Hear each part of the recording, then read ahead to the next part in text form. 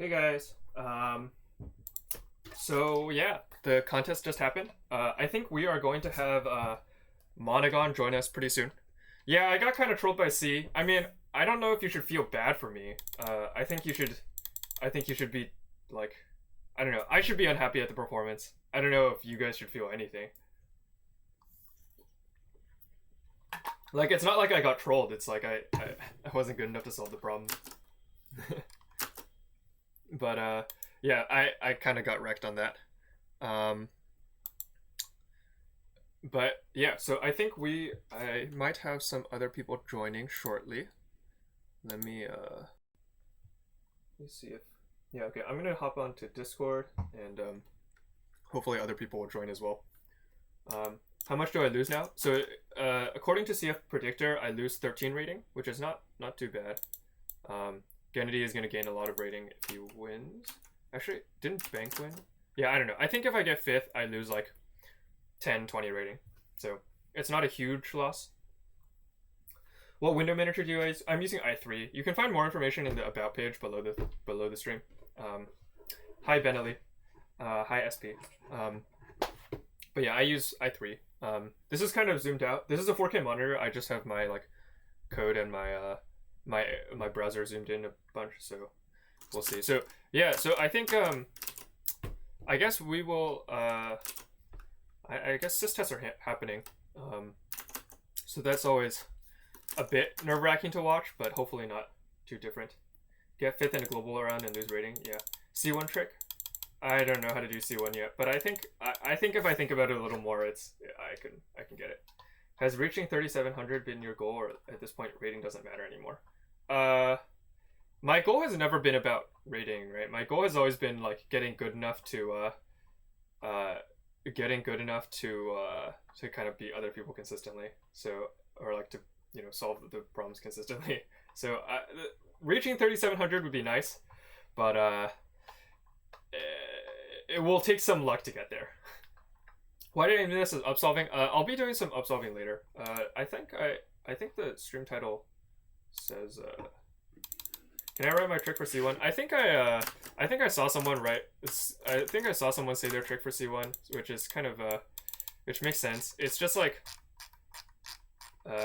you can just like pick diagonals, like pick the least dense diagonal and set them all to zeros, and then that's enough. So that's pretty tricky. What language do I use for distribute CodeGM? I use C++ for pretty much everything. I will occasionally use Python, but pretty much never. Hey, Steven. Can you guys hear Steven? Yeah, thanks. I mean, I mean, I was not that fast, period. So it was like a decent problem-solving performance, but not like a great performance by any means, I think. Like, even if I had known how to do C, it wouldn't have been phenomenal.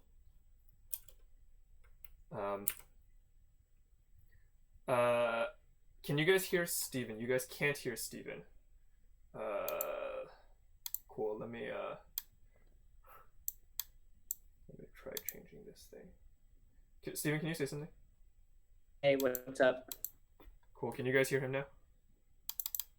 Why was I stuck at C1 and C2? I mean, it's a combination of like a few things. One of them is like, I don't know, I'm pretty tired and I just did not want to think about these constructive problems. The other problems seemed more interesting. So part of it is like a bad reason, and part of it is like I kind of knew how to do the other problems and they were worth like points, so I just did them. But yeah, I mean, good strategy says that I should have worked on C for a lot longer. Like, if you look at the... Actually, Codeforces Decay is proportional, right? Yeah, it kind of didn't really matter. Like, at the end, I kind of had the option to solve H2 or C1, C2, and they would have given the same number of points, right, Steven? Is that true? Well, I don't know. I guess they're both 1750, right? And the decay is linear and the convolute. Yeah, so I mean, it would have been worth the same number of points, right? I mean, depends how fast you solve them, right? And like, I mean, C1, sorry, probably this was at the end. Like, after I had G1 and H, like H1 and G. then Yeah, I it mean, it doesn't. just depends which one you think is easier. I mean, I knew how to do H2, so I did H2. Right. So I think that was kind of the right call at that point. But like, I don't know, just not solving C was the big problem. Hey, Monogon. Hello. Thank you for Did you writing figure out this how to, round. You have have you clearly figured out how to solve written a C? very hard problem and put it early in the contest. I would say, but Well, yeah. We didn't really know what to do. We had some suspicions that C would be pretty hard from testing. yeah, Hey, Monogon. yeah, it D was. was also really hard for me. Yeah, it was pretty hard, but I mean, also a lot of people did solve it, so you know, it wasn't that misplaced. Like D was worth the same number of points, which maybe makes sense. Uh, but yeah, what did D you? ended up having slightly more solves than C1, right? Yeah, yeah. What did you think of the? What did you think of the results and like the solves and how do you think the contest turned out? Well, a few things definitely surprised me. Like, I think the thing that surprised me the most was that F was solved a lot more than E. Mm-hmm. So in testing, E used to be an easier version where all of the edges were undirected, and the consensus was that that was too easy, and we made the hard version. And apparently, I guess maybe the feedback was biased in terms of saying that the new version of E is easier to guess if you have already seen the previous version. Yeah, yeah. I think without having seen the easier version, like E is probably yeah. I think you're right that like E with that like without directed edges is probably definitely easier than F, but E with directed edges is probably a bit harder. So I think the funny thing is, Monogon, when I read E, I totally missed the directed edges part. So in a way, I went through the same solving process as the testers, where I was already kind of primed on the on the undirected case.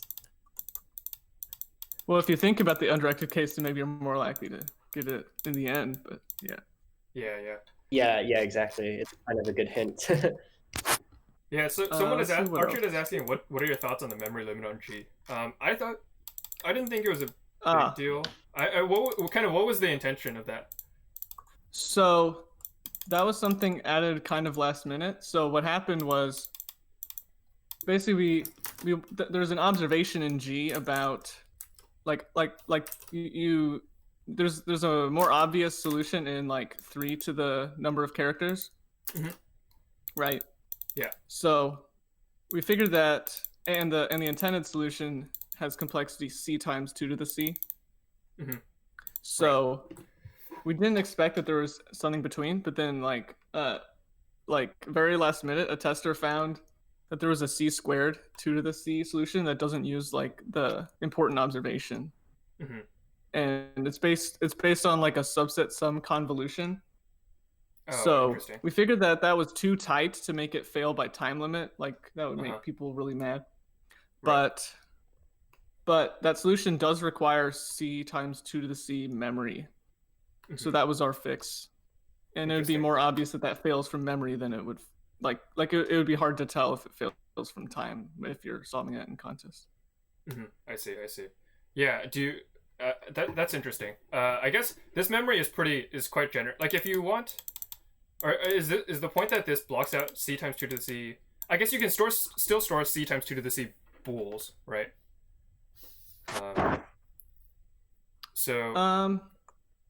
Well, the convolution is based on storing that many ints. Yeah, so the convolution requires them as ints, which is why like this memory limit like breaks the convolution but doesn't break the doesn't like and also if you store the DP in booleans, then you can store like several arrays, which many people did. Maybe they didn't simplify the DP into the right. So yeah, that makes sense. So this memory limit seems pretty good. Like it doesn't seem to block too much of the like intended. Yeah, like there's a big gap in memory, so it's pretty fair to everyone. Yeah, it's a pretty big gap. But yeah, that was a so we're lucky that there was a simple fix to that last minute. Yeah. That I mean, allowing the C squared times 2 to the C is not the worst thing in the world.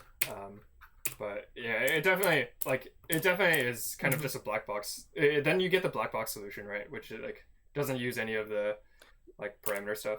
Yeah, we thought the observation is cool enough that we want to force people to use that. Yeah, yeah. Is the subset convolution thing like div conquer with the subset stuff?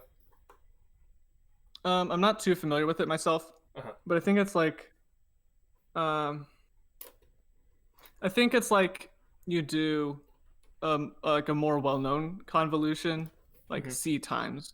Or Yeah, something yeah. like That's I think I know what that is. I've like, have you It's heard like- of like online polynomial multiplication? No. So pretty I don't much think like so. I can you can solve the following problem like given two polynomials or like power series I guess of length, they're initially of length k, so if you multiply them you can get like the first k terms of their product, right? So Yeah. then I'll tell you the k plus 1th term, and you have to tell me the k plus 1th term of their product, and then I give you the k plus 2nd term, and you have to tell me the k plus 2nd term of the product. So it's like this online process. And the way you do it is you do like log n. You like store products of like the like you do some like you separate them into buckets of size 2 to the n, and then like you do some amortized stuff to get this in n log squared. But I think this is the same concept. I think I've maybe heard of similar techniques, but yeah it's kind of like online div conquer. So, but yeah, that I think that's probably a similar technique, which makes sense. Let's see. Also, I want to give people good news that the pretests are pretty strong. We saw that there's like very few failed system tests. That's good to coming up. Yeah, people definitely like strong pretests. What was the I guess we might as well take this time while we're waiting to just kind of talk through the problems. Sure. Yeah, while you're here. So problem A is that you're given a string and you need to rearrange the characters so that rearrange the characters so that trigub does not occur, right? As a subsequence. So I just sorted the I don't know why people thought there was an implicit message here. There's an implicit message. Yeah, I don't know. That sounded this problem sounds pretty neutral to me. I don't know what people could be thinking. So were there other solutions one that you guys interesting were thing thinking of? Were there other solutions that you guys were thinking of other than kind of just sorting or not that really. you saw even? One thing we verified is that randomly shuffling it will time out. Oh, interesting. Like if the constraints were slightly smaller, then it would actually have a good chance if you kept shuffling it until it worked. But right. Is the worst case for random shuffling like six, like an even number of each character, or like the same number of each character? Yeah, like the worst case is if there's the same amount of each character. Right. Yeah. So that's an interesting thing about A is you can try to solve the problem where instead of trigub, it's an arbitrary string. There's actually a cute solution to this. Can you also just like take the first character and put it at the end or something? So you have to kind of deal with a little bit of annoying casework. So one case is in the pattern that you want to avoid that all the characters are same. Yeah, in which case it's not possible, right? In which case you have to check if the original string has that many of that character. Right. It's sometimes not like possible. AAA will never be a subsequence if your string has 2 A's. Right. But if it has 4 A's, it will always be no matter how you reorder. Right. So that's like one edge case you have to take into account. And then otherwise, there's like this cute solution where either sorting or reverse sorting will always work. Either sorting or reversing. Oh, right. Sorting or reversing. I guess that makes sense. You look at the delta between the two characters, right? Like you have two characters in the pattern that are distinct, and then if you like either sorting or reverse sorting, one of them will avoid the order. Yeah, that makes sense. Some people are asking, do you have to be good at maths to be a programmer?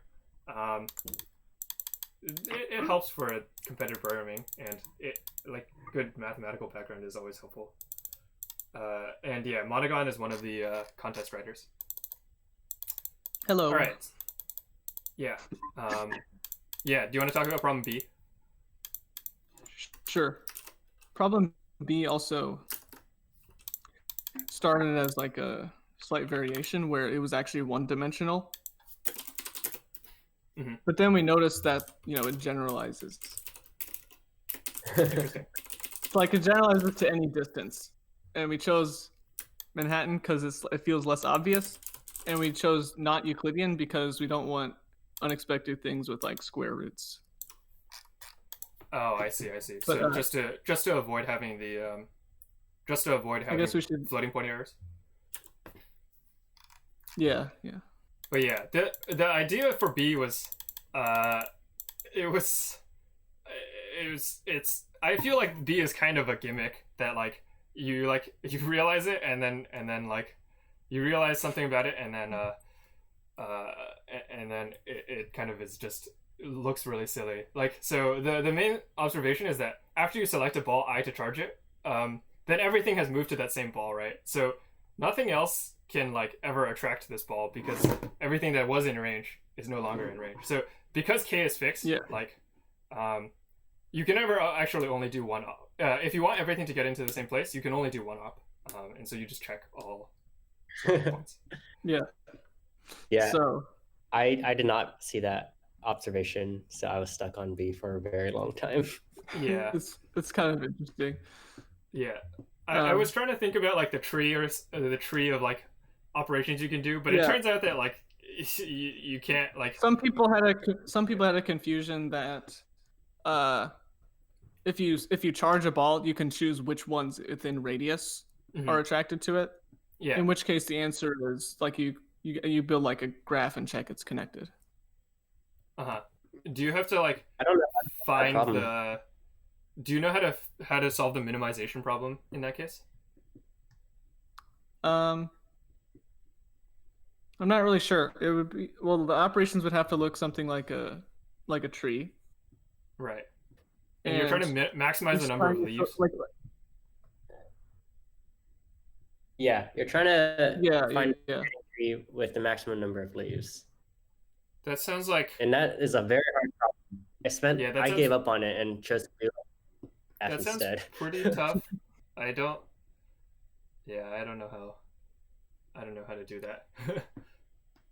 I think I've heard of that before. I think it might be NP hard. Yeah, that feels like dominating. It feels a lot like dominating set. So I don't know if that's I think with the Euclideans, with R squared, what is it? The Manhattan distance. I feel like there is a solution there. But then I didn't think that would be possible for problem B on Codeforces.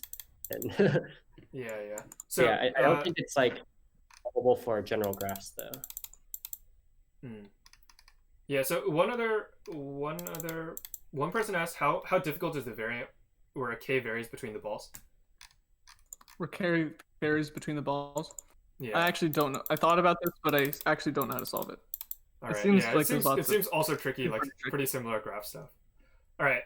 Someone redeemed 60-second ad break, so I'm going to take a quick ad break, and we will be back in a bit for all of you who are not subbed.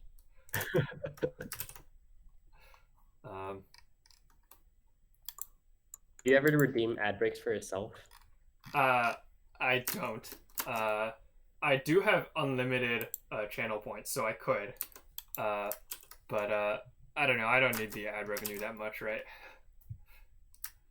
Also, sorry, I don't know if I should be here. I didn't realize this is a recap with Monogon. No. I'm surprised more people aren't here. I sent the link to the chat, so. Okay. As long as I'm not, talking too much, just let me know. Yeah. Just let me know. Hey Neil. Hey. I heard you had an ad break, so it sounded like a good time to come join. Sure. You can also join when there isn't an ad break. But yeah, we were just kind of going through the problems while sys tests are happening. Hey, Monogon, I don't think we've met, by the way. I got to meet Second Thread and Ericto and but are you also from the UCF crowd or? I'm not from UCF. I'm from Purdue. I see, Purdue. Are you Have you graduated? I'm in my senior year of college. I see. I am a world finalist for 2020, which is in 2021. Are you gonna be competing at ICPC 2021 And as well? I'll try to be a world finalist in 2021, which is in 2022. Right. They need a new format for these dates. Instead of month, day, year, it's got to be like month, day, year, and then year again. Number them. Yeah, it's like year. Tokyo 2020 Because, as well, right? Even in a normal year, the regionals happen potentially in a different year than the finals.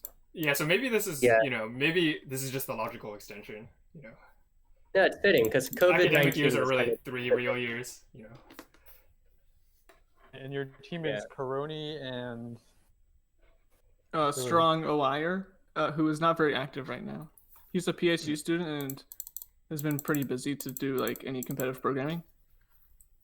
I see, yeah. Someone is asking if I'm good at computers programming and get trash marks in other subjects while I get good pickup. I don't know. It probably depends. You should probably get not awful grades.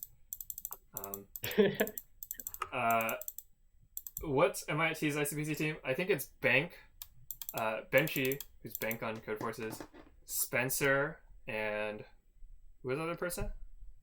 Jojung? Is that right? Ben, Spencer, and Jojung, yeah. But yeah, those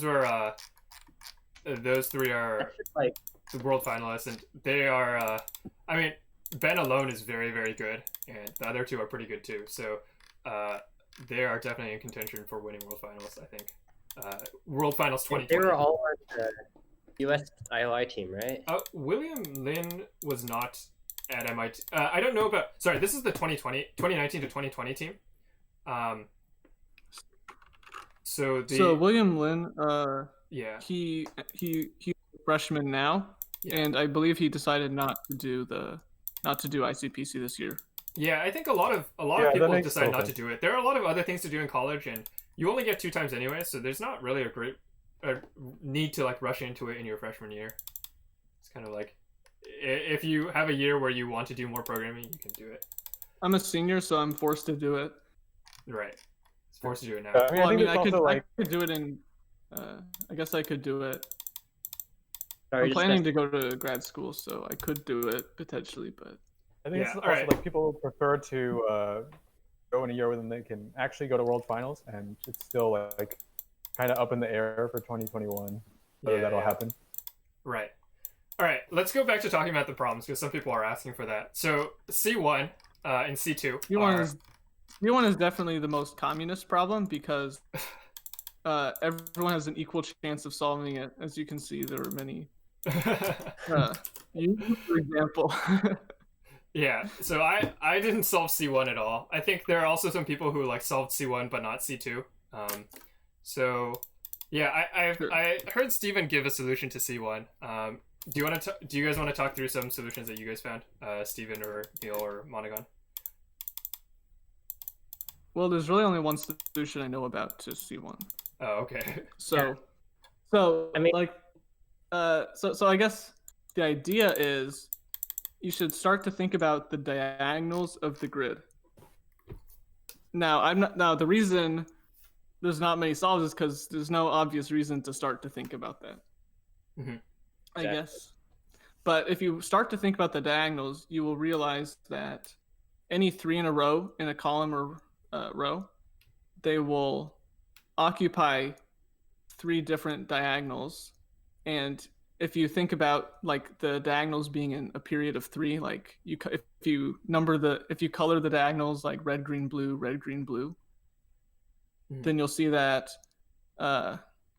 every potential 3 in a row will have 1 red, 1 green, 1 blue. Mm-hmm. So the idea is, if you flip all of the reds, it will be a solution. If you flip all of the greens, it will be a solution. If you flip all the blues, it will also be a solution. And you just have to see that one of them will flip only a third of them or less. Right. Yeah. Right. It's a really cute solution. Yeah. So it's I think the main reason I didn't think of it was because I was not thinking about this global structure at all. I totally thought that you'd be able to just like solve it with like using only local structure, instead of this like global casework. But it turns You could out do this to, on every it turns out this global component. stuff is very powerful with like Yeah. Yeah, same. I was thinking about like things like how many rows and columns of 3 are like involving this particular cell, and like that's not at all the right direction. I just thought C was pretty hard overall. Now there is a solution that achieves a suboptimal ratio actually. That's maybe a little interesting.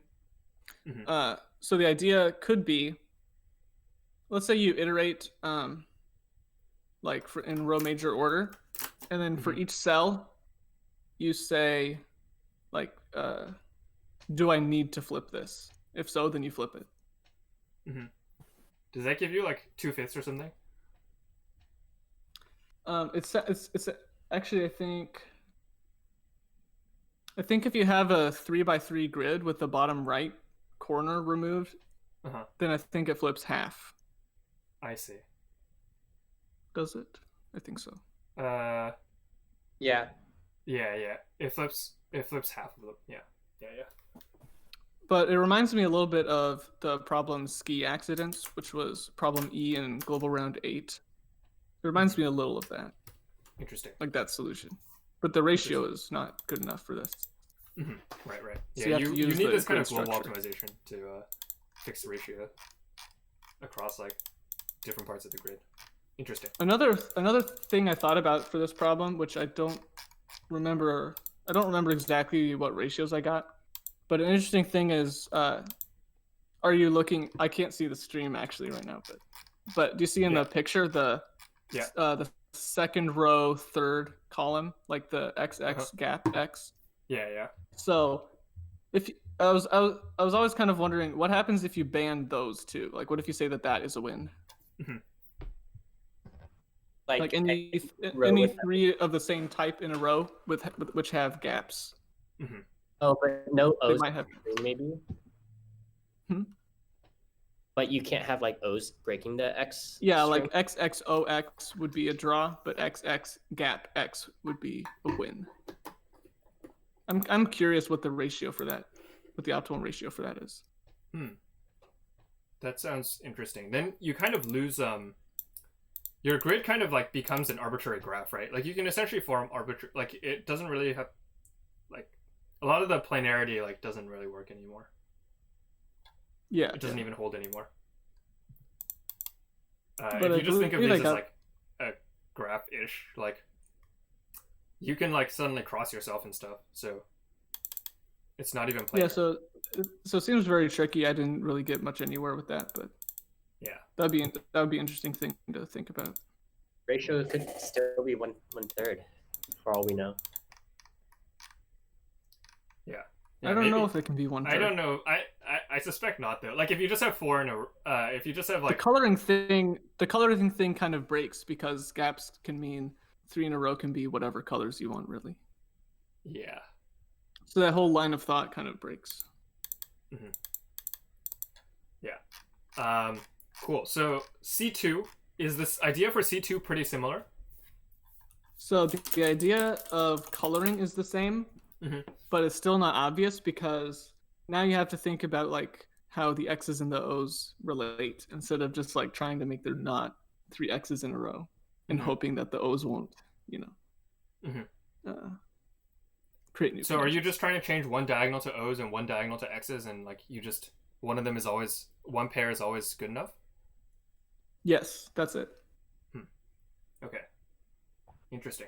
You can see the editorial for the proof, but editorial essentially like yes, the editorial should be posted now. So the like the way you can prove it is like you build a table and you see that like if you sum up how many operations would happen in each of the 6 ways, then you get 2 times the number of tokens. But there's 6 ways, so the minimum of them has to be at most 2k over 6. I think an easier way to think about it potentially is you have the 3 different types of diagonals. You throw out the one that has the most marked squares, and then between the other two, you can either assign one to be x and one to be o, or vice versa. And one of those will be. Yeah, that's another way to most happy. arrive at it. Yeah, I think the algebraic approach where you sum it up and you get a 0, so at least one of them must be less than or equal to 0, is pretty neat. I think, in fact, you can just do a cyclic sum and consider 3 choices. So. Yes, a tester thought of it that way too. Interesting. Yeah, yeah. I loved C, honestly. I skipped both B and C on my first pass and solved them in like the second hour, but Yeah, I thought they're both really cute problems with like simple observation. Yeah. Simple observations. I think it's it's really interesting where like an observation seems to come out of nowhere, but at the same time, like you have to think about the problem well to still solve it. Mm-hmm. Yeah. So problem D is problem D. So I skipped C and just went straight to D. I don't know if it was. I think some other people did too. Problem D is about this permutation structure, right? Is about like taking kind of this window of like this range like min windowed structure thing, and you're trying to see if there's. So you want to know when. Yeah, you want to know when the sliding window minimum array is a permutation. Yeah.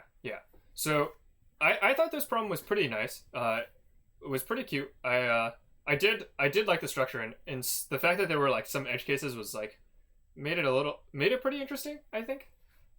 With like, for whatever reason, like the window size 1 is like a different case because like your uniqueness arguments don't apply anymore, right? So if k equals 1, it's pretty obvious that it should just be any permutation, but it's not obvious that you should think of 1 as a special case. Yeah. From the start. But it turns out that the main tool you have to deal with this is that like in the output, like 1 has to be unique, right? If the output is a permutation, then 1 has to occur like a unique time, right? The true minimum has to occur a unique time. Yes. And so the true minimum has to be on the end, because otherwise, if k is at least 2, then there are at least like 2 ranges that cover it, right? Yep, exactly. Which is a pretty cool observation. And so you're kind of just like, it turns out that like the answer is always like a suffix and possibly the first one, right? Yep. Yes. Yeah. Now, there's some like how you proceed from there with implementation is actually a little interesting. Like some people just, I don't know, use a segment tree or something to like check minimum every time. But if you interesting. I think I've heard some testers use disjoint set union, and I have no idea how that works, but it sounds interesting. Yeah, I just did a single linear time sweep with whatever, but interesting. That, if you store like how many occurrences of each element, then then you don't really need to worry about like range minimums anymore. Yeah, exactly, because you're kind of only really looking at the start and the end, and like whether the biggest element occurs exactly once or at least once, right? And so that's all you care about. I threw everything in a multi-set and just repeatedly queried the min and erased elements from it. Interesting. Because you're always deleting the min. Also, a fun fact about this problem. Apparently something changed in like translation.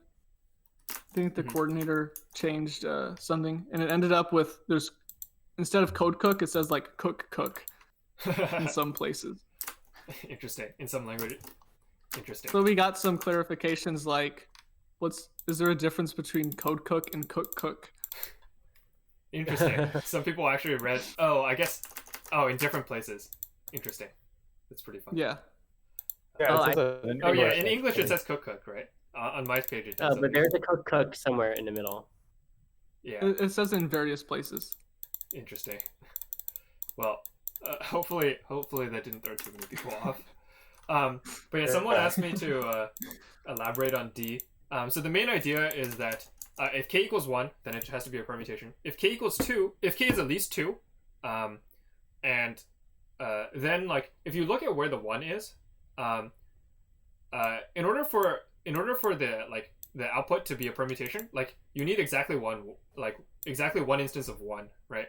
And if one occurs somewhere in the middle of the array, then there are at least two ranges that cover the one. And so the one won't be unique and the output won't be a permutation. The one won't be unique in the output and it won't be a permutation. So actually one needs to be on the end.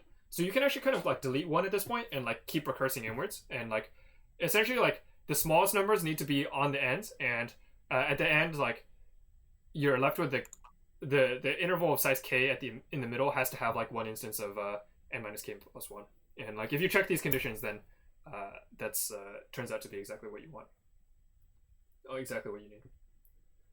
How much code would and then one more implementation note. Yeah. Is so I try to basically implement this in O of n. Yeah. And so I like messed up a few times and I got 2 wrong submits, unfortunately. Oh. But one thing you can do that's cute is just because of this proof, you can just binary search, and then you can just it's like a really easy. I guess you still have to do like the RMQ ranges, but like it's a much less like casework solution at that point. Interesting. Mm-hmm. Yeah. So I guess there are a lot of different implementation strategies, but they all come down to kind of the similar observations. That's pretty cool. I'm expecting it to have like 20 tags. Which tag? I'm just expecting there to be lots of tags attached to D. Right. People are going to tag it both like range min and seg tree and binary search. Yeah. Suffix array. Yeah, maybe someone will use a suffix array. We'll see about that. Sorry for inverting E and F. Yeah, E and F it seems slightly inverted. So let's talk about E really quickly. So the problem of E is that you have a bunch of people, you want to assign them values so that every 2 connected people are differ by exactly 1. So it's either like A is B plus 1 or B is A plus 1. And for some pairs, you're told which person is smaller than the other, right? Yes. So the goal is to construct an example where like the range of those values is as large as possible, or say it's impossible. Right. And so the solution that I found, which I think is probably like pretty similar to what a lot of I guess the easier version of the problem that you were talking about earlier is where all edges are undirected, which means that there are no constraints of the form aj is exactly ai plus 1, right? Yeah. And so the solution to that is actually you can just compute all pairs shortest path and then take the longest pair and use the distance from the first. Was that the solution that you guys had in mind? You still have to check that the graph is bipartite. Right.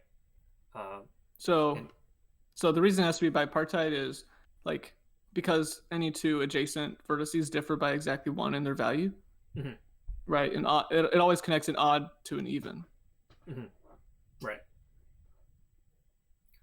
Iris, I probably won't post this stream to YouTube, but it will probably be available on Twitch.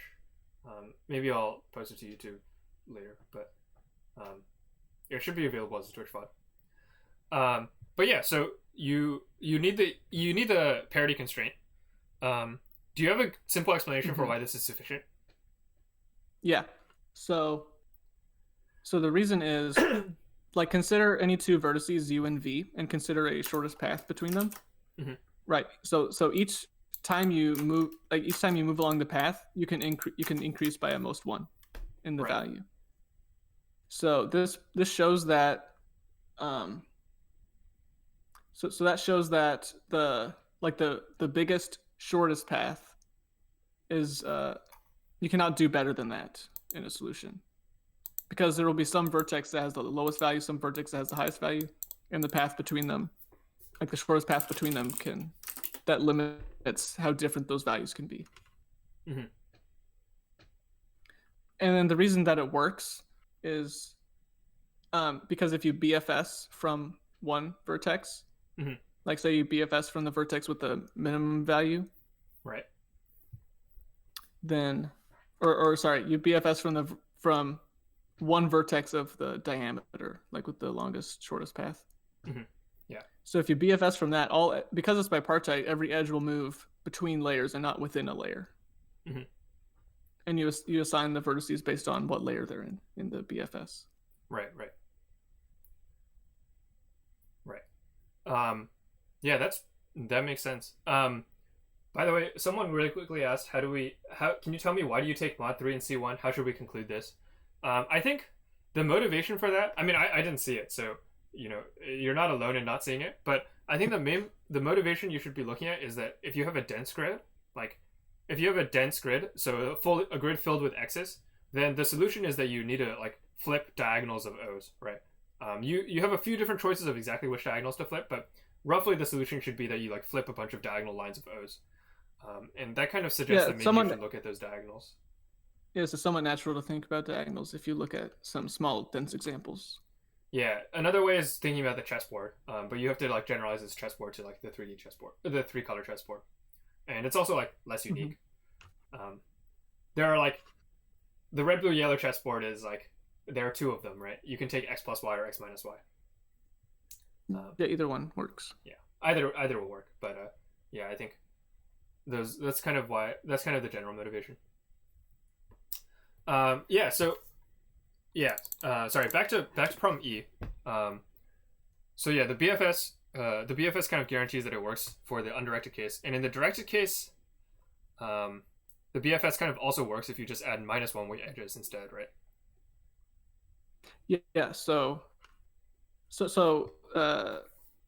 Well, I guess like the way you would set it up is, you think in the undirected case, like really what you're setting up is some inequalities between 2 vertices, mm-hmm. and then knowing that it's bipartite means that like you won't get like you'll kind of guarantee that you don't have strict equality at the end for the undirected edges. Mm-hmm. But otherwise, like you can turn the equality of a directed edge into 2 inequalities, mm-hmm. and then like based on the same idea that creates +1 and -1 edges. Mm-hmm.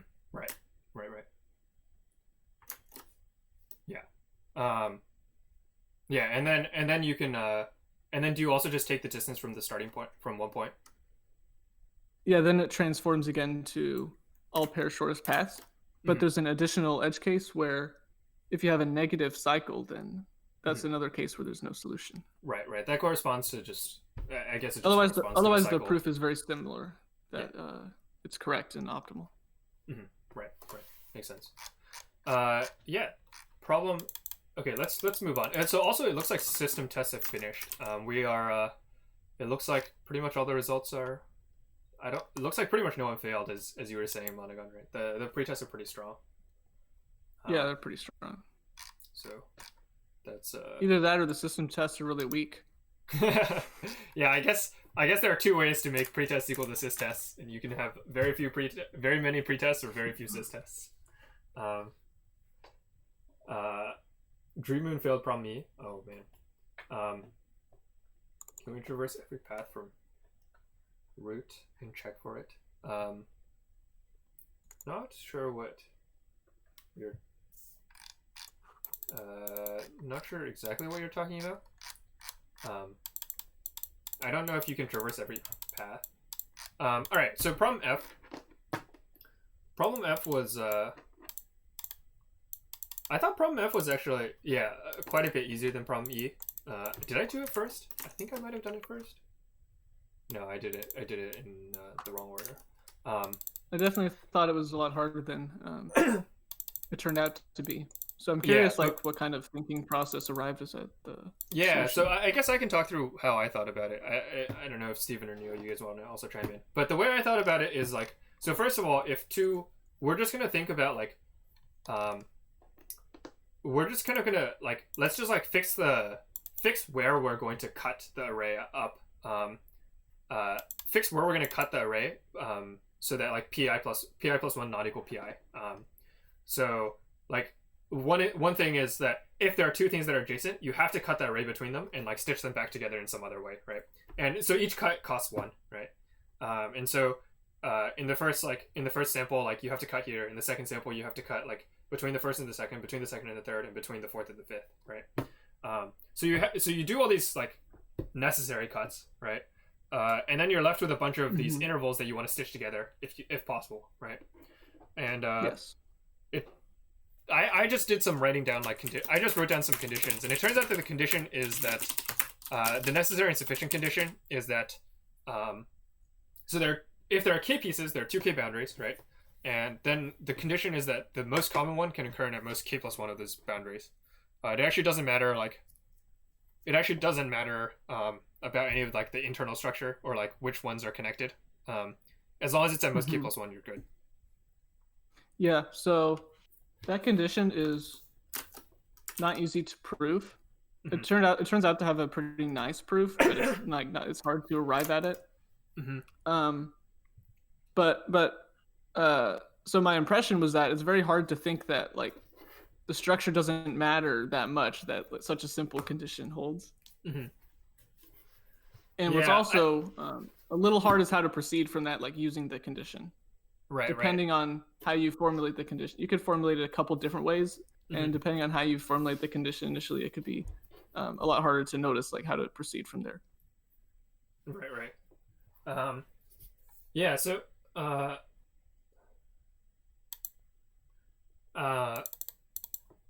Sorry. Yeah. So I just proceeded by like taking the most common frequency. I think this condition is like kind of tough to prove, but I think after you've seen this, like, you know, not strict majority means that we can do anything stuff enough times, like you kind of, I definitely have the intuition that like, if it's not a majority, you can probably match something together, right? So that was my intuition, and I guess it turned out luckily that it was correct. But yeah, then you kind of just, you need to do additional cuts in order to bring the frequency of the most common one down relative to the total number of ranges you've created. Essentially you can increase the number of ranges by one without changing the max frequency by like cutting between two other things. And so that's like if you look at my code, that's actually all it does. Yeah, and you don't even need to find exactly where to cut. You just need to believe that it works, assuming you've already handled the impossibility condition. Yeah, exactly. Yeah. So, like, do you know? Did you arrive at a proof for, like, say, why if the condition doesn't hold, it's impossible? Well, if the condition doesn't hold, then if there are at least k+2 like endpoints, which are like if there are k pieces such that k+2 endpoints are the same, then obviously like by like there are only like k+1 points, so like like pigeonhole just kills it, right? Yeah. Like you have to glue k-1 things together, and each one and you get both the two endpoints can't be the most frequent. Yeah. So that's the proof for the impossibility condition. So the proof for the possibility condition is pretty interesting. Like why it's always possible. Yeah, the proof I found was just like as if the most common one is at most k+1, like you can always just glue two things. You can always find two things to glue together that preserves the condition. Yeah, that's exactly what the proof is. So it's just you take the most frequent and you take something else, and then there are two occurrences on different segments, and you can glue them. And the condition will, so you have like one fewer segment, and you proceed by induction. Yeah, GX Fireball. We already talked a little bit about C1. I think I'll go upsolve it after we're done talking through these. So I'll go back and explain it then. So problem G. Problem G was very interesting. I thought it was like a pretty cute observation that like kind of uses the structure of this condition. So I guess I'll quickly like describe it. So the idea is that you have n workers in a row. There are up to like 26. You have n characters in a row. There are up to 20 distinct characters. For some reason, the excluded characters are trigub again. I don't know why that would be. Yeah, but we just picked random characters. I don't know why that turned out. Yeah. It must be a coincidence. Um, so there are 20 characters, and what you can do is you can take all of one character, and essentially there's this strange condition for like when this character is valid. But if it is valid, then you can change all occurrences of this character into a different character. So for instance, you can change all the M's into an O, into O's. And the condition is you're given this rational number K, and you want the range of the characters, you want the number of occurrences of this character to be at least the range times K. And so what this really is saying is that like the density of the characters has to be at least K, within the minimal range. Mm-hmm. And the key observation I found was that like if you have a subset that's dense enough, and you have another subset, if you have two subsets that are dense enough that intersect, then their union is also dense enough, right? Yes. Or like their disjoint union, I guess. Like if you have two disjoint subsets that are both dense enough and also their ranges intersect, then their union is also dense enough. Yes, that's exactly the key observation. And so if these are dense enough, so because you have this observation, it turns out that you can like restrict your operations to like kind of a smaller subset. So you can, if you think about the set of changes as a tree, it turns out that you can make sure that the tree, the adjacent children in the tree are always like disjoint as intervals. And so the naive thing is like 3 to the 20, but using this observation, you can reduce the runtime down to 20 times 2 to the 20, right? Mm-hmm. So maybe the simplest way is to just sort all the characters by the first occurrence. Yeah, and that's what I did. Sort of like you can split a bit mask just according to that order. Yeah, it doesn't matter. Like it doesn't matter if you check some pairs of children that are like actually like not disjoint. Like it's okay because it's not that like it's okay if they intersect. But you can just filter out all the ones that definitely don't that definitely do. Mm-hmm. So, yeah, the code turned out pretty short, and I think it was it looks like it's pretty elegant. It looks like everyone who solved G is the top 5. So it was a good problem. Oh, there were 6 solved in G. Oh no, those are just upsolves. But yeah, that was it's pretty interesting. I think Kevin looks like he has a wrong answer. I don't know if he's here, but I don't. He saw why. But yeah, do you know what any of these wrong answers were, or TLEs or something? I'm not entirely sure. It could be that they try random orders or something. I'm not sure. Mm-hmm. Right. Yeah. I guess also some people try like much more complicated than necessary DPs. Mm-hmm. Right. And I'm not sure what their logic is. Or. Mm-hmm. Yeah. All right. Yeah. So let's move on to problem H. So problem H1 is problem H involves like some observations, and then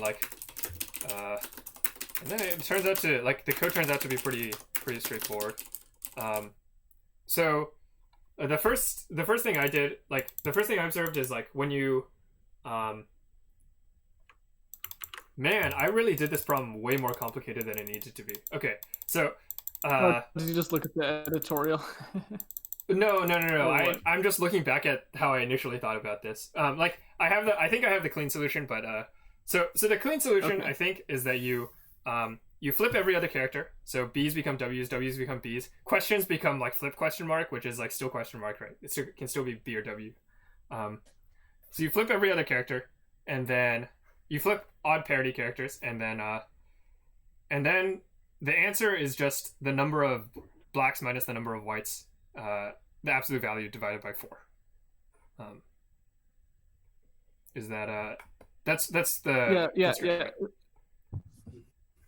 yeah, something like that. I'm not sure I quite understand exactly what you're saying, but yeah, it's definitely about like thinking about flipping by parity and yeah. So there's another way to think about this, which doesn't involve like thinking about which you can get like a little less directly, which is that you consider like you can go approach this directly, where like if there are two blacks in a row, you obviously should just connect them, and like if you work it through, like there's no point in like not connecting them. And if you have two, like if you have the two of the same color that are adjacent, you should just connect them.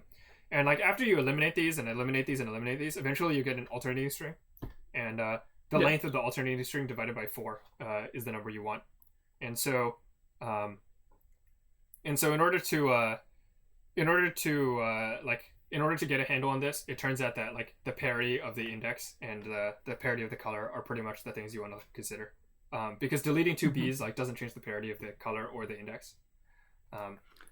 So and another way to think about it is that like if you say you have like more blacks on odd positions than even positions, then you have to start matching some like odd position blacks with odd position blacks.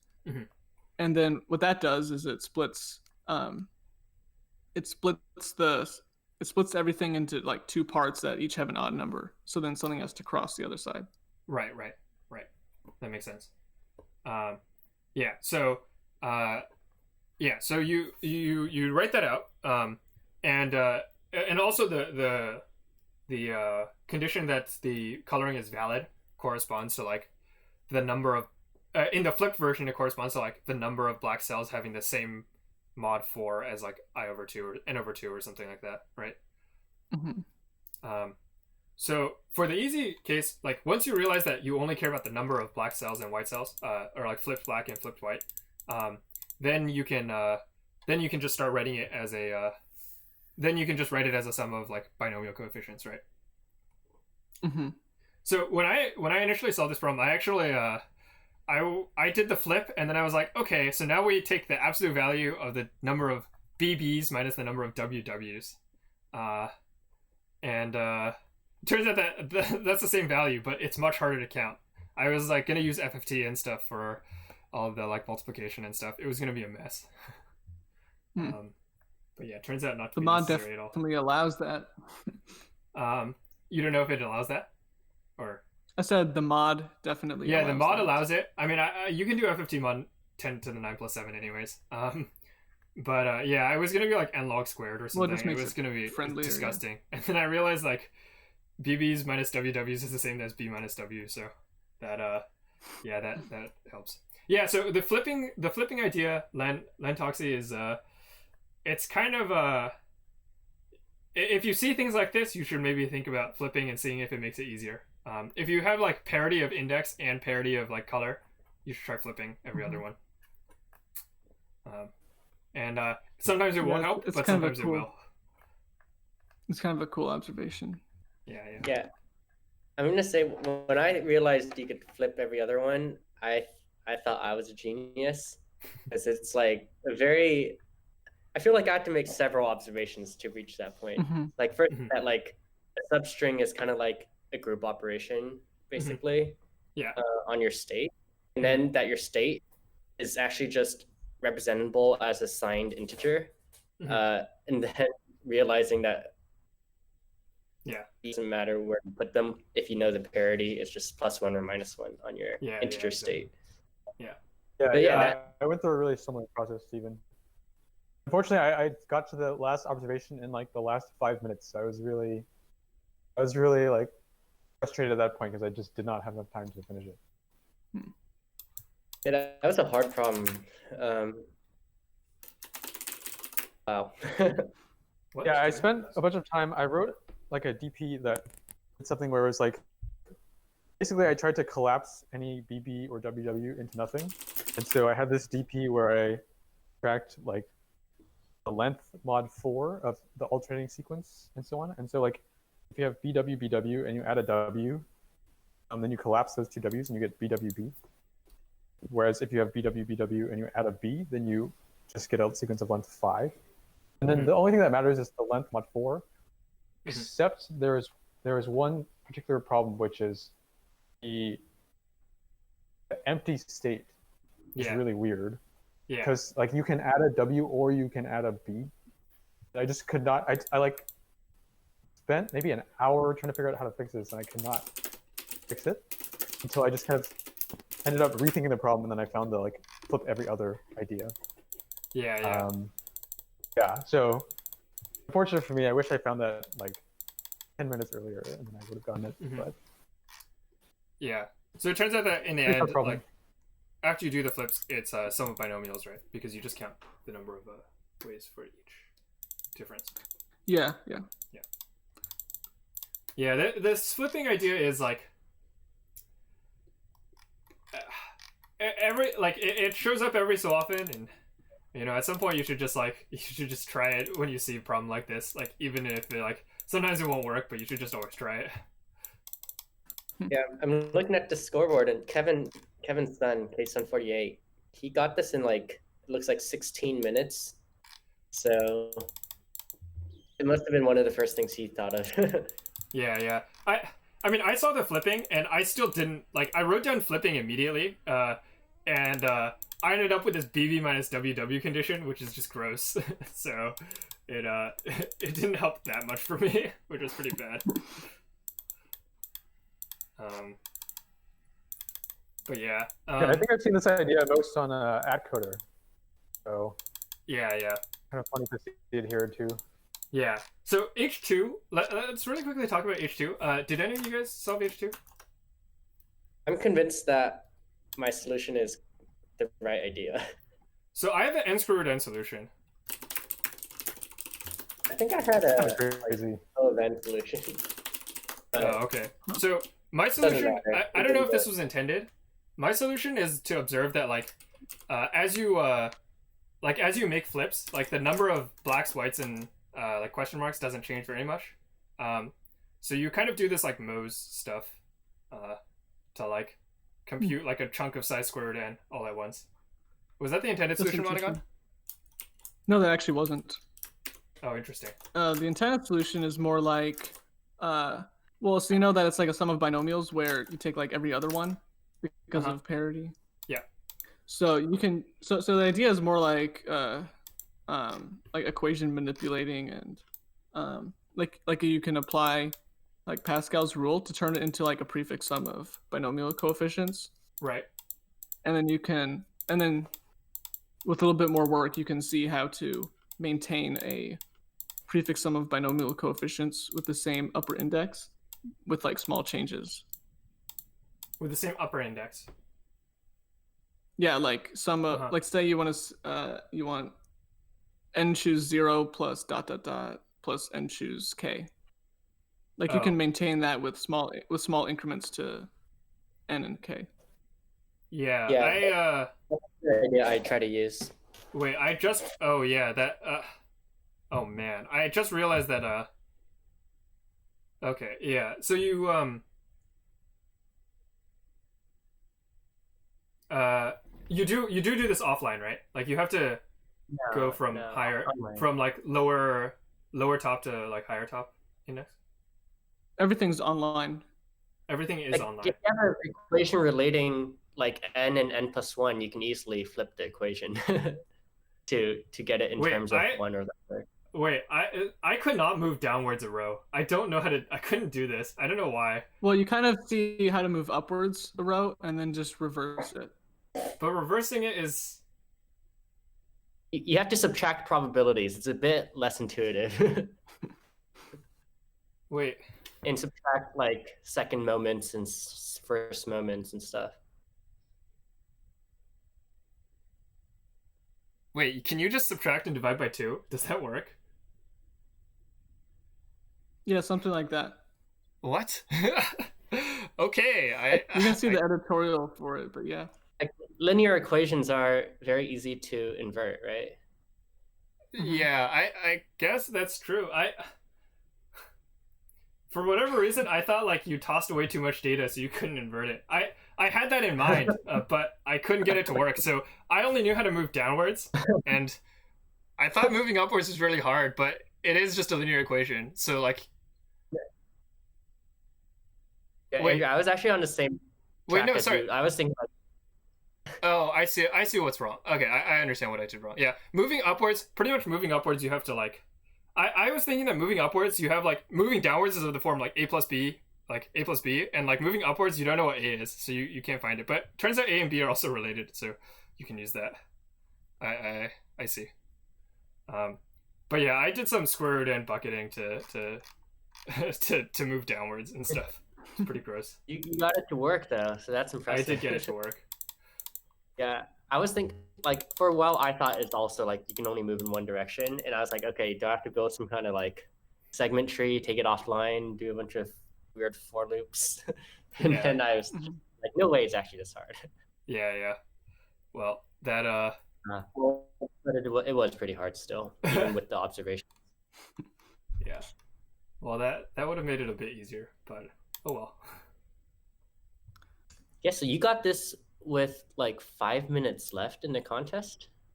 Yeah, but I was debugging for the last like 20, maybe 15. Like I knew it was gonna work. Right, but that's still cutting it kind of close, right? I mean, it wasn't by choice, right? But I was pretty I don't know, confident. next time maybe you should probably solve it earlier. I was pretty confident that I would finish debugging. Like I knew that it was like pretty much correct. But yeah, it was definitely cutting it a little close. Yeah. It would have been a difference of like 3 or so ranks, right? If I had solved it a little earlier. Or if you solved it, if you didn't solve it at all. Oh, if I didn't solve it at all. Yeah, Something like that. It'd be a lot of ranks. So just 2 ranks. What? Yeah, just 2 ranks. 2 ranks? Yeah. 2 ranks. Yeah, so it wasn't. Yeah, I mean, solving it was definitely what I was trying to do, but also if I solved it a little earlier, maybe I could have thought more about C1. But I don't know. That there's a little Easter egg. I wonder if second thread noticed that his name is a substring of in which the one? Statement of H. Statements. I wonder if second thread noticed. Yeah, in like the first paragraph. I see. Oh. And the second thread is white. Oh, I'm sure. Interesting. Yeah, that was a pretty cool round overall. I really liked like all of the. I think all of the problems were very good. I really liked H. I thought G was also pretty cool. Yeah, I can't really pick a favorite really. So thank you for writing. Yeah. Yeah. Is there anything else you wanted to talk about this round? I'm not sure. Let me see. Any other trivia? Or does anyone have questions while I think of something?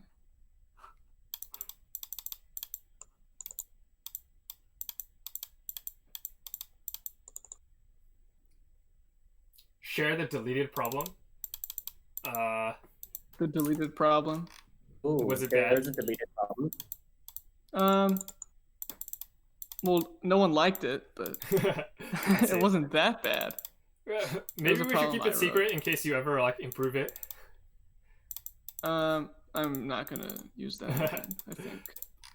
But anyway, I guess I can say it. The problem was like you have n chameleons. Each one has some color initially. Each one is either looking at another one or is not looking at anyone. So you have to do 2 things. You have to first, for each chameleon that's not looking at anyone, you have to like pick someone for him to look at. And second, you have to choose some of them to change colors.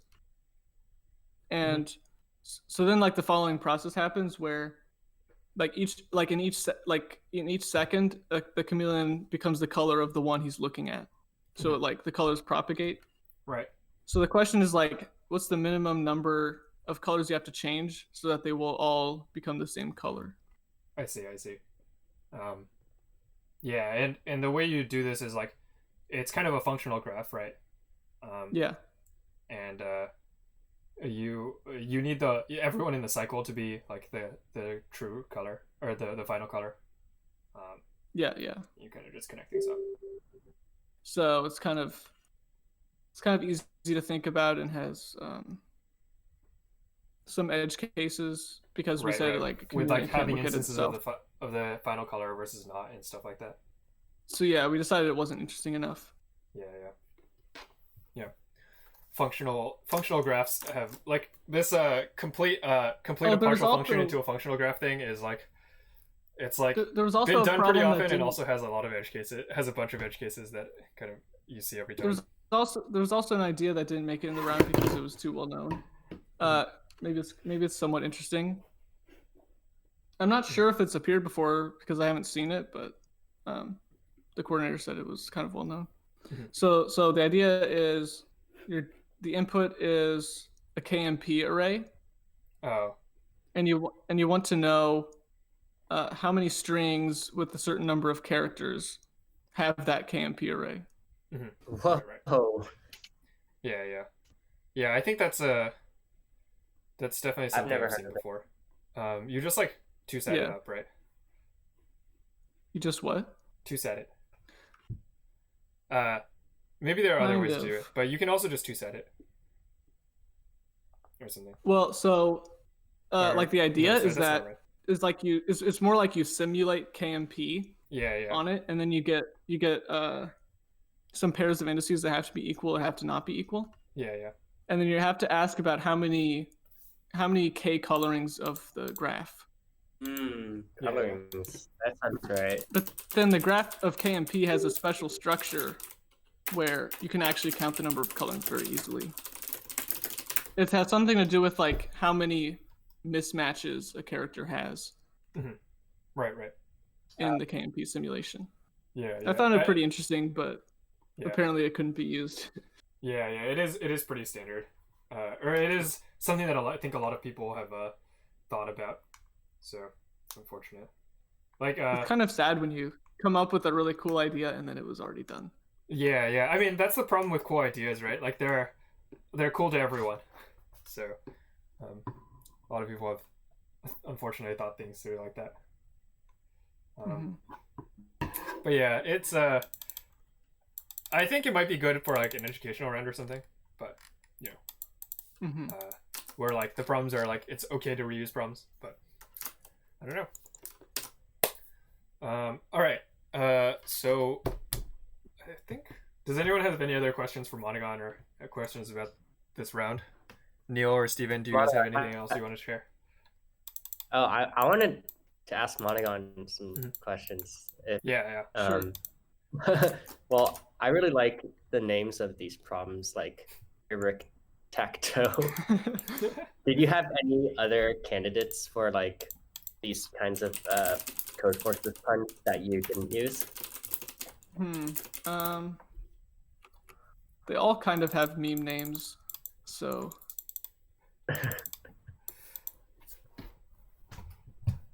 Let's see.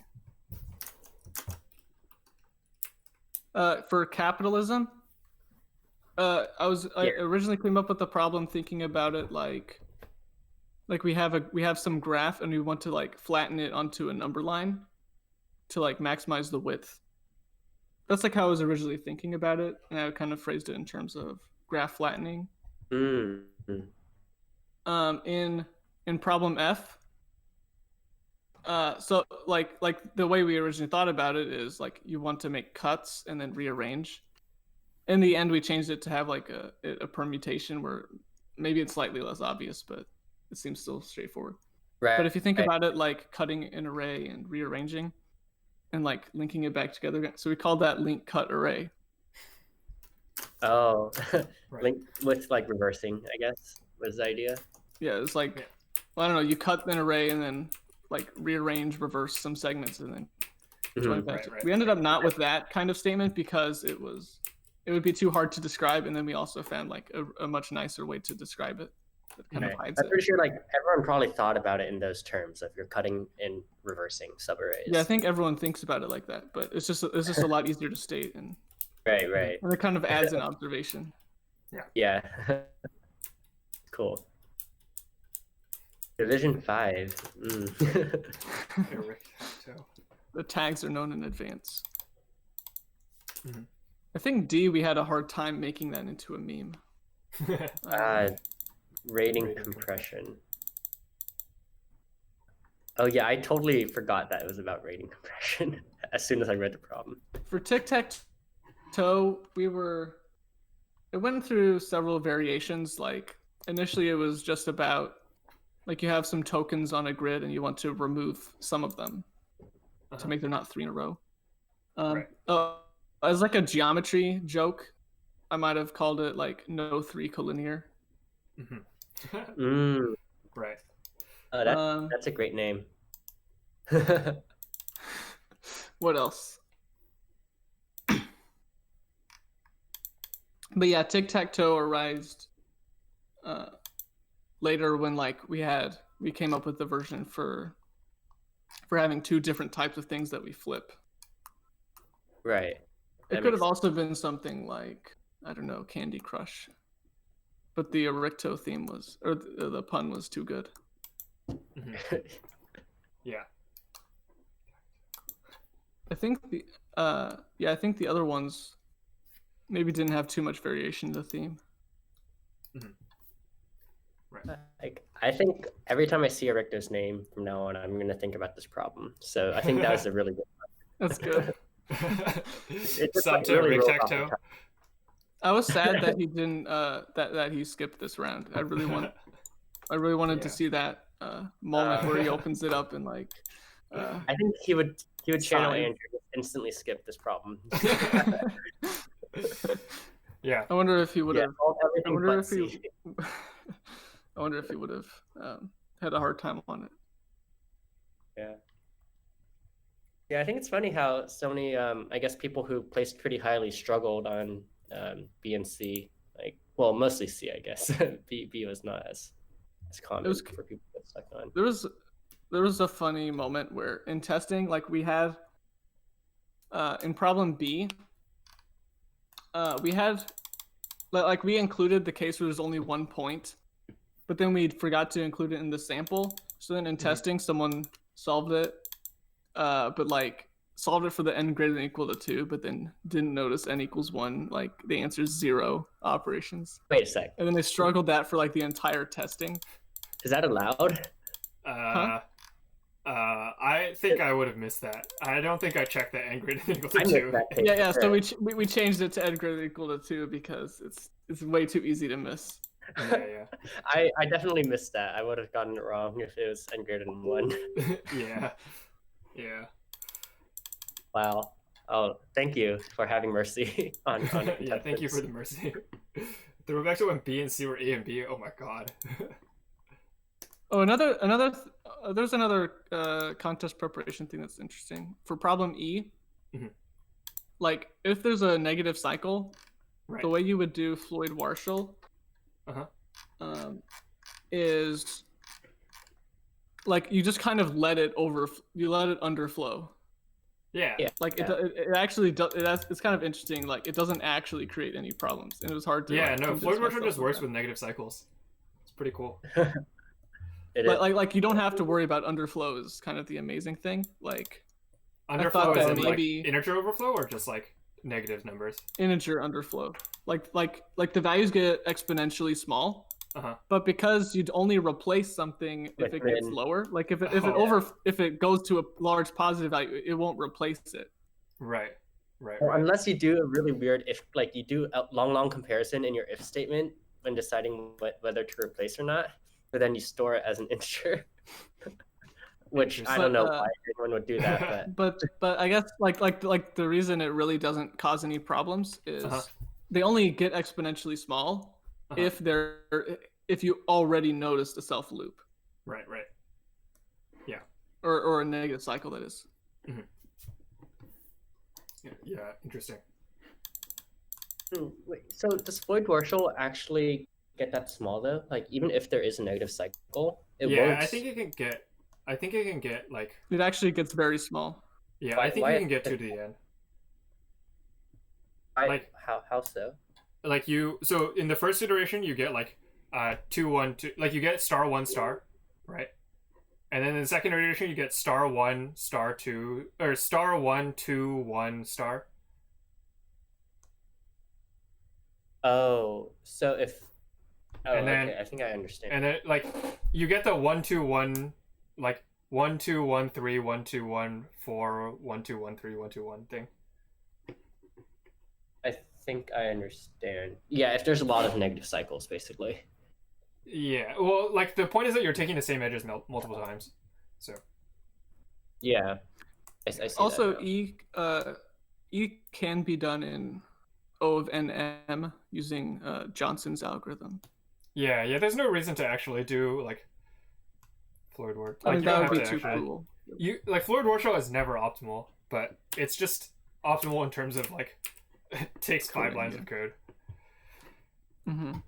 Is Johnson's that one with the like Fibonacci heap, or? No. Well, like you can use So Johnson's algorithm is like you use one iteration of Bellman-Ford to detect negative cycles, and what it does is it assigns each node like a potential, and then you use that potential to like make all of the edge weights like kind of artificially positive, and then you can proceed with Dijkstra from all of the other sources. Yeah, so it's like, well, it's really V log V, right? If you want all pair shortest path. It's just Dijkstra's n times. Well, in this particular problem, you can remove a log because the edge weights are like small. Oh, right. Oh, that's funny. But yeah, in general, like use Bellman-Ford. Like Johnson's is you use Bellman-Ford to compute a potential, and then you run Dijkstra from every point, and it's V log V all pair shortest path. Right. Yeah. I definitely learned this in school. I just don't remember anything from that. Yeah, the potential trick, the potential function thing is good to know. There are times when it's useful. So, but yeah, like pretty much like you can just use a potential function. If there are no negative cycles, you can find like a valid potential function to make everything positive. Yeah. Cool. Wait, so what was the conclusion about Floyd-Warshall? The conclusion is like, that the conclusion is that the edge weights can get like exponentially negative. Yeah. But because you only replace a value when it gets when it's even less, then underflow doesn't actually cause any problems if you implement it like naively. Oh, because you add 2 negatives and you get a positive, but you won't actually set it. Yeah. So then it's fine. It stays negative, and then you check at the end and you do find, oh, there's a negative cycle. It was kind of funny. Like it will, like if your program has a bug from something else, and then you look at the diagnostics, it will tell you that there's like an underflow. Kind of funny. That is funny because I think I may have used Floyd-Warshall like this before. Check for a negative cycle.